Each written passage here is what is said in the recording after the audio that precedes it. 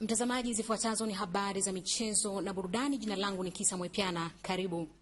Timu ya Azam FC ya Dar es Salaam imeendelea kujichimbia kileleni katika kundi baada ya hivi leo kuibuka na ushindi wa magoli 5-0 dhidi ya Adama City ya Ethiopia, mechi iliyofanyika katika uwanja wa Taifa jijini Dar es Salaam. Mwanamichezo wetu Ezekiel Mwambopo anayo taarifa zaidi.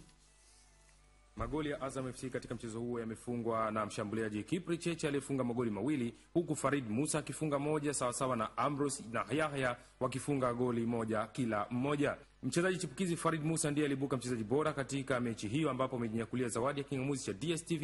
Hii inatokana na kazi yake ya ziada aliyoifanya katika mchezo huo, ikiwemo kutoa pasi 2 zilizozaa magoli, huku yeye mwenyewe akifunga goli moja. Kwa ushindi huo sasa Azam inamaliza hatua ya makundi ikiwa ya kwanza katika kundi C kwa kujikusanyia jumla ya pointi 9 na magoli 8, na ikiondoka bila ya kufunga goli hata moja katika hatua hiyo ya makundi.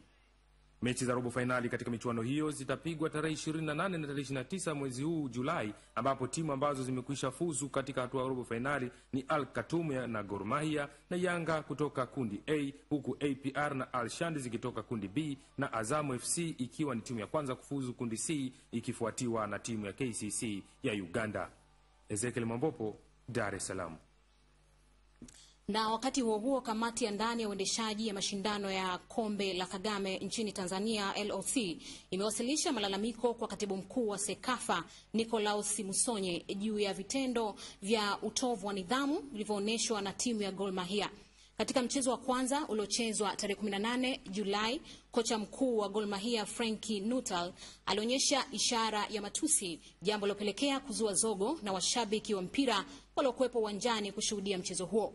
Wakati wa mapumziko pia timu ya Gor Mahia haikupita mlango mkubwa wa kuingilia vyumbani. Badala yake walitumia upande wa kaskazini mwa uwanja wa Taifa kuingia na kutoka mlango ambao ni maalum kwa wafanyakazi wa kituo cha runinga cha SuperSport.